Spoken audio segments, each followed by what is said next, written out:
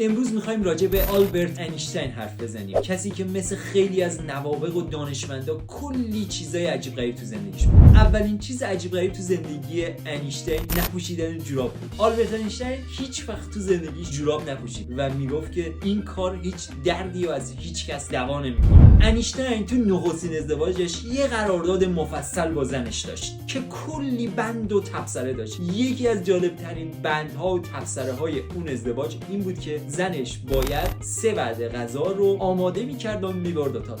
باور نمی‌کنید اگه بگم اینشتین هیچ وقت رانندگی نکرد. اون همیشه از این کار تفره میرفت. حالا نمیدونیم خنگ بود، یاد نمی‌گرفت یا شاید هم دست. باورتون نمیشه اگه بگم اینشتین حافظه به شدت ضعیفی داشت. اون همیشه چهره‌ها، تاریخ‌ها و اشخاص رو یادش می‌آورد. داستان عجیب غریب اینشتین همینجا تمام نمیشه، اما ما تو پارت 2 ادامه میدیم.